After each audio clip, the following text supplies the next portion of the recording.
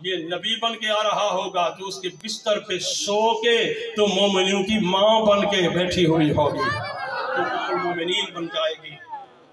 شامین گرامی قدر، ماہ ربیع الاول آج ہم ایسے مرحلے میں گزار رہے ہیں کہ وطن عزیز پاکستان سوات سے لے کر جنوبی پنجاب کے شہروں تک سیلاب کے پانی میں ڈوبا ہوا ہے۔ مجھے کیا کرنا چاہیے؟ اس موقع پر خوشی کرنی چاہیے، قمقمے روشن کرنے چاہیے یا محمد کی غلامی۔ اگر اس سیلاب کو روکنا چاہتے ہو، آئیے حضور کی اطاعت میں اپنے آپ کو پابند کر لیجیے، اور پھر کیا ہوگا؟ پھر احمد علی لاہوری جیسے بن جاؤ گے، پھر مولانا عبداللہ درخواستی جیسے بن جاؤ گے۔ پھر کیا ہوگا؟ پھر یہ ہوگا کہ روزہ اقدس سے سلام آنے شروع ہو جائیں گے۔ ہمیں حضور کی اطاعت، آپ کی فرما برداری ماہ ربیع الاول کے مناسبت سے حضور کو خوش کرنے کے لیے کرنی چاہیے یا نہیں کرنی چاہیے؟ بولیے بلند آواز سے، کوئی اور بات نہیں ہے۔ آپ ناراض ہو جائیں گے، ہم انتظار میں ہیں کہ میسج آ رہے ہیں، آپ کے ہی حضرات دے رہے ہیں، ہم انہی کے میسج پہ آپ کو کہنا چاہیں گے، انہی کے میسج سنو، ہمارے نہ سنو۔ ہمیں تو تم کسی اور لسٹ میں گردانتے ہو نا، انہی اپنوں کی سنو، وہ کہہ رہے ہیں، ایسا نہیں کرنا۔ لیکن ماہ ربیع الاول میں حضور تشریف لائے، حضور دنیا کو پیغام دے رہے ہیں کہ اللہ کو وحدہ لا شریک مان لو، کملی والے محمد کو آخری رسول مان لو، یہی کامیابی ہے۔ جب آپ علیہ السلام کے چہرہ اقدس پہ ابو جہل نے بھری محفل میں تھپڑ مارا، نعوذ باللہ، مجھے بات کہتے ہوئے شرم آ رہی ہے، حضرت حمزہ جوانی کا عالم، شکار کا ایک پرندہ ہاتھ میں لے کر بڑے نخرے کے ساتھ، فخر کے ساتھ مکہ کی گلیوں میں گھوم رہے تھے۔ ایک عورت نے کہا، اس نے کہا حمزہ شرم آنی چاہیے، تمہارے بھتیجے کو ابو جہل تھپڑ مارے اور تم اپنی جوانی پہ فخر کرتے ہو، تمہاری جوانی کس کام آئے؟ اس یتیم کو تم اپنا بھتیجا سمجھ کر، برادری کا سمجھ کر وہ چلو بتاتے، بس مقدر کا تالا کھلا ہوا تھا، کیا اور تھپڑ مارا۔ بھری محفل میں ابو جہل کی پہلی مرتبہ بے عزتی ہوئی، لیکن کچھ کہہ نہ سکا، یا ڈرا تو عمر سے ڈرا، یا ڈرا تو حمزہ سے ڈرا، وہ دونوں ہی شیر محمد مصطفیٰ کے تھے۔ حمزہ کہتے ہیں میں گیا، میں نے حضور سے کہا بھتیجے خوش ہو جائیے، میں انتقام لے کے آیا۔ حضور نے بڑی سنجیدگی کے ساتھ فرمایا حمزہ میں انتقام لینے نہیں آیا، میں تو دنیا کو جہنم سے بچانے کے لیے۔ مجھے خوشی ابو جہل کے چہرے پہ تھپڑ مارنے پہ نہیں ہے، اگر تم بھی محمد کا کلمہ پڑھو تو مجھے خوشی ہوگی۔ ہمیں حضور کو خوش کرنا چاہیے یا نہیں کرنا چاہیے؟ سامعین کرام قدر، چار لوگوں کا فکر ہے۔ ایک میوات کی بستی والے نے فکر کیا تو پوری دنیا میں آج اسلام پھیل گیا ہے۔ قاسم نانوتوی نے ایک فکر کیا، تعلیم دنیا میں عام ہو گئی۔ امیر شریعت نے ایک فکر کیا، 1974 میں قادیانیت پاکستان کی پارلیمنٹ میں کافر قرار دے گئے۔ پھر ماننا چاہیے امیر عظیم کا ایک فکر ہے۔ میں بات نہیں کرنا چاہتا، یاد دلانا چاہتا ہوں، 1985 سے لے کر 24 اور 25 تک ذرا پیچھے پلٹ کر دیکھیے، یہ لوگ پھولوں کی سیج پہ ہیں یا کانٹوں کے راستے پہ چل رہے ہیں۔ وہ لوگ تلاش کرو، اگر غازی المدین کی میت کو میاں والی میں سپرد خاک کیا جائے اور اسے میانی شریف کے قبرستان میں لانے کے لیے علامہ اقبال میدان میں آتا ہے، وہ میت لے کر جا رہا ہے، جب نکالی جا رہی تھی تو لوگ کہتے تھے بدبو ہوگی، 4 مہینے کے بعد خوشبو پھوٹی، اور علامہ اقبال اس دل خان کے بیٹے کی میت کو کندھا دے کر کہہ رہا ہے کہ دل خان کا بیٹا بازی لے گیا ہے، اقبال بازی ہار گیا۔ ان مراحل سے جو بندیت گزری ہے، ان مراحل سے مسلمانان عالم گزرے، اس وقت کیا کچھ کہا گیا ہوگا مجھے نہیں پتا، آج بھی بہت کچھ کہا جا رہا ہے، لیکن دیکھیے کون کہاں سے گزر گیا، کہاں تک گزرا، لیکن 2023 میں آخر پارلیمنٹ کو ناموس صحابہ بل پاس ہوا۔ کون سی ناگہانی قوت ہے، وہ کون سی آواز ہے جس نے پارلیمنٹ کے تنگ دام پارلیمان کے لوگوں کو ناموس صحابہ کے بل پہ دستخط کرنے پہ مجبور کیا ہے؟ اگر کوئی قوت ہے تو میں اس کو تلاش نہیں کرنا چاہتا، لیکن حقائق ہیں کہ اس پارلیمنٹ میں آنے والے شخص کا خون ان سے کہلوا رہا۔ پارلیمنٹ بولی، سینٹ بولا، اور انشاءاللہ یہاں تک کا مرحلہ اگر طے ہو گیا ہے، آنے والے وقتوں کا انتظار کیجئے محترم، انشاءاللہ FIR کٹے گی، عدالت میں کیس آئے گا، جج دلائل سننے کے بعد اپنے قلم سے اس مجرم کو عمر جس نے ابو بکر عمر کی گستاخی کی ہے۔ ہم وطن عزیز پاکستان میں کوئی فساد نہیں چاہتے، ہم ناموس صحابہ کے لیے ایک قانون چاہتے ہیں، ہونا چاہیے یا نہیں ہونا چاہیے؟ مولانا لدھیانوی اور مولانا اورنگزیب فاروقی اور دیگر قائدین کی قیادت میں یہ قافلہ پرامن طریقے سے پاکستان کے استحکام کو، پاکستان کے قانون کو، اکابرین کی رائے کو مد نظر رکھ کر یہ رواں دواں ہے۔ آپ بھی اس قافلے کے ساتھ ساتھ رہیں گے یا نہیں رہیں گے؟ اللہ سے دعا ہے اللہ عمل کی توفیق عطا فرمائے۔ میں صرف